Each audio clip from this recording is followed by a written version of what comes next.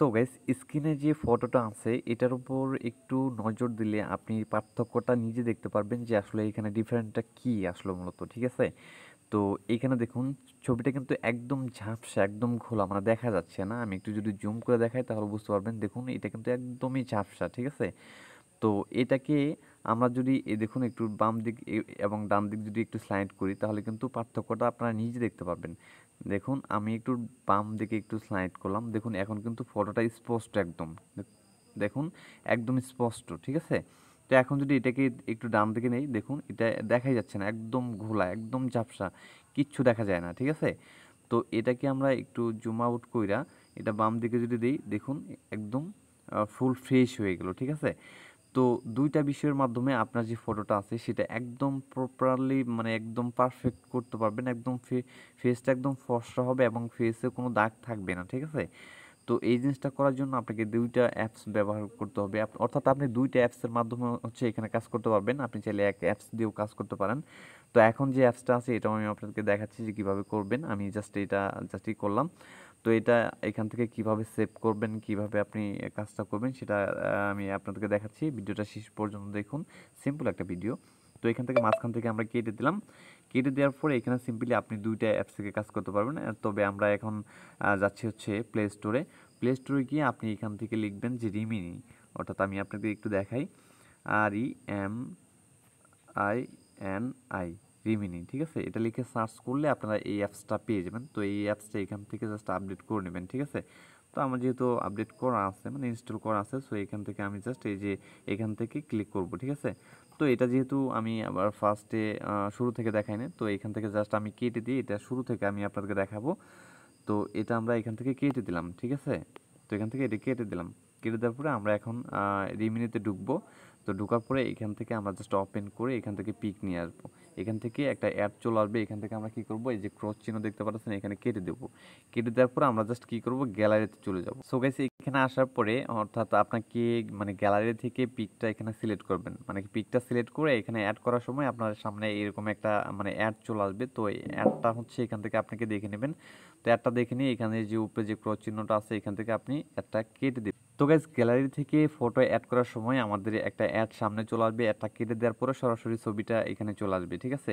তো এখানে যখন আসবে তখন এইখানে হচ্ছে আপনার কাজটা হচ্ছে যে লম্বা যে দাড়িটা দেখতে পাচ্ছেন আপনারা, এই হচ্ছে যে দাড়িটা এটা স্লাইড করা, অর্থাৎ ডান দিকে এবং বাম দিকে এটাকে স্লাইড করতে পারবেন।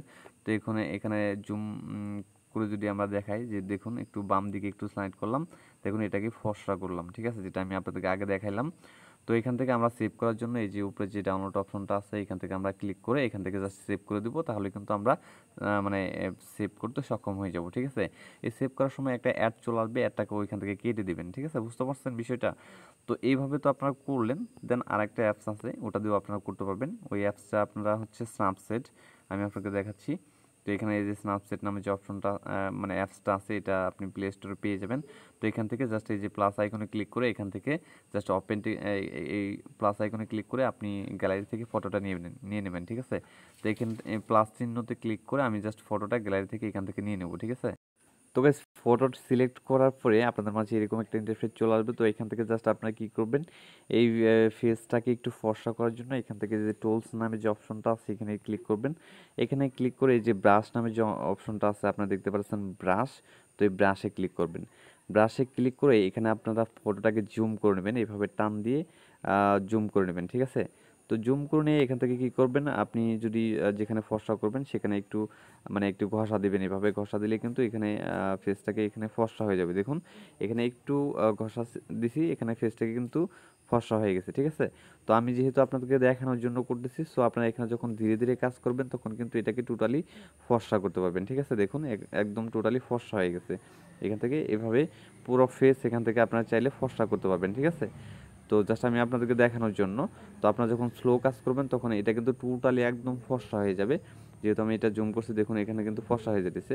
তো আমি যদি জুম না করে এখানে ক্লিক করি তাহলে একটু দ্রুত হব। তো এখানে জুম যখন করে যখন আপনি আস্তে আস্তে করবেন তখন কিন্তু এটা টোটালি ফর্সা হয়ে যাবে।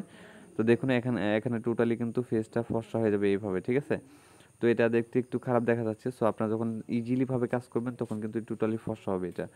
সো এভাবে কাজ করলে কিন্তু আপনার ফটোটা টোটালি সুন্দর করে কাজ হয়ে যাবে।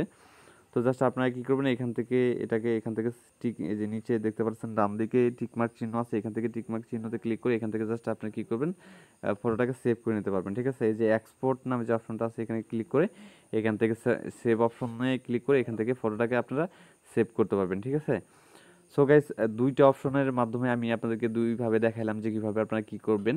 সো গাইস এইটুকু ছিল আজকে ভিডিওটি ভালো লাগলে অবশ্যই আমাদের এই চ্যানেলটিকে সাবস্ক্রাইব করে রাখবেন। Thank you so much for everything. দেখা হবো অন্য কোনো ভিডিওতে, সে পর্যন্ত ভালো থাকুন, সুস্থ থাকুন, টেক কেয়ার, আল্লাহ হাফেজ।